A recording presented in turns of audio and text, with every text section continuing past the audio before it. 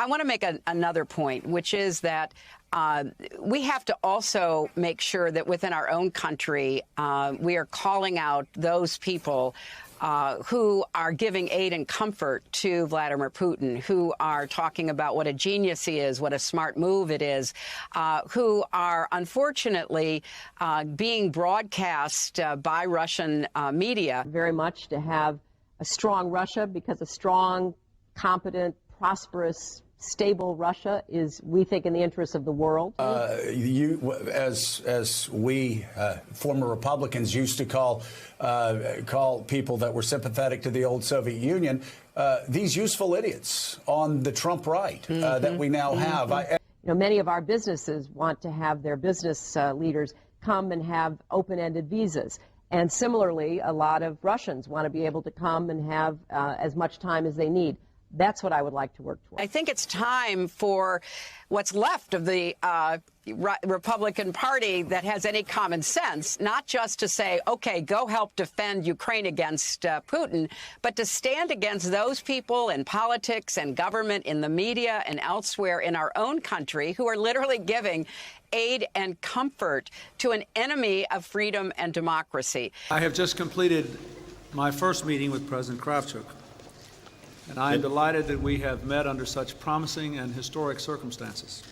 President Kravchuk, President Yeltsin, and I are ready to sign on Friday an agreement committing Ukraine to eliminate 176 intercontinental ballistic missiles and some 1,500 nuclear warheads. There's also another element, which is these people are naive in such a dangerous way. They somehow believe that because Putin presents himself as a strong leader on behalf of certain values that are, anti-gay, that are anti, freedom and democracy, that's so messy, that somehow, that corresponds with the views of certain members and elements of the Republican Party. They could not be more mistaken. President Biden and I have been saying, and that is, we want to reset our relationship.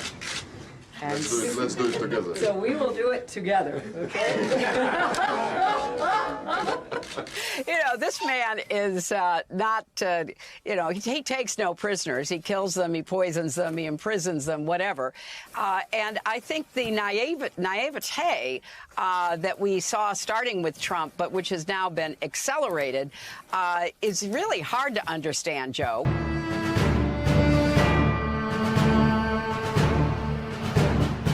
Russia's involvement into the uranium deal.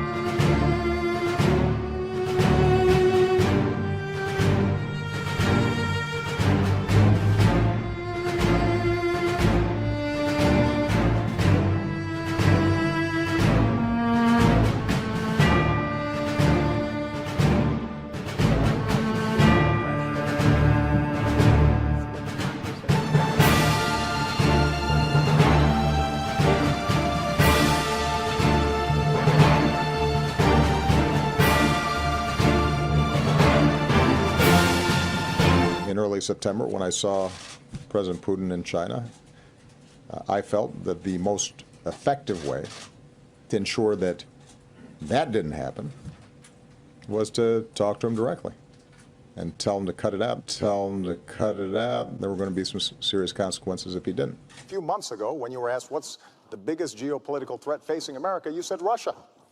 Not al-Qaeda, you said Russia. In the 1980s are now calling to ask for their foreign policy back.